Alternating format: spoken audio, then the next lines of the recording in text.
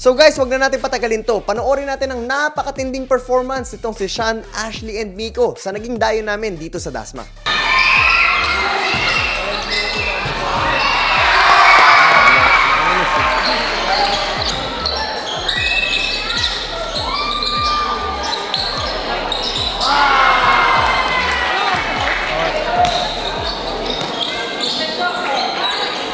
Yun.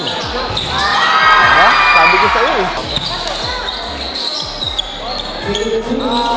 Shooter na talaga siya. Drive.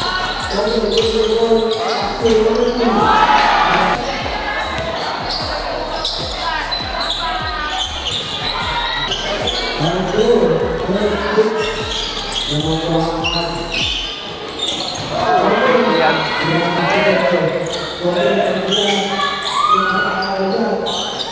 Nice one.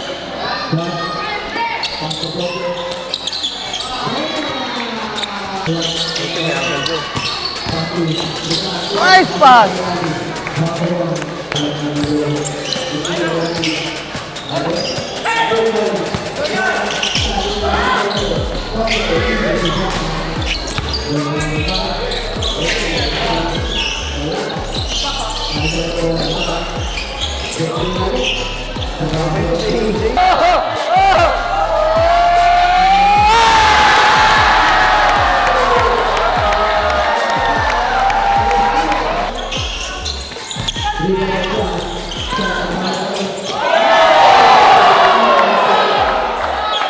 Alam nyo guys, ang napansin ko dito sa laro na to is yung shooting nila.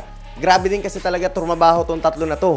Araw-araw hindi pinapalagpas ang assignment na ibinigay ko. Kaya naman dito sa laro na to ay kitang-kita na kahit si Miko ay hindi na nawawalan ng kumpiyansa pagdating sa outside shooting.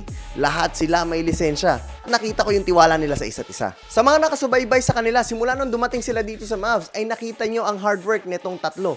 At ngayon, naniniwala akong napapansin nyo na unti-unti ang resulta sa trabahong ibinigay nila. Isa't kalahating buwan pa lang ang nakakaraan nun.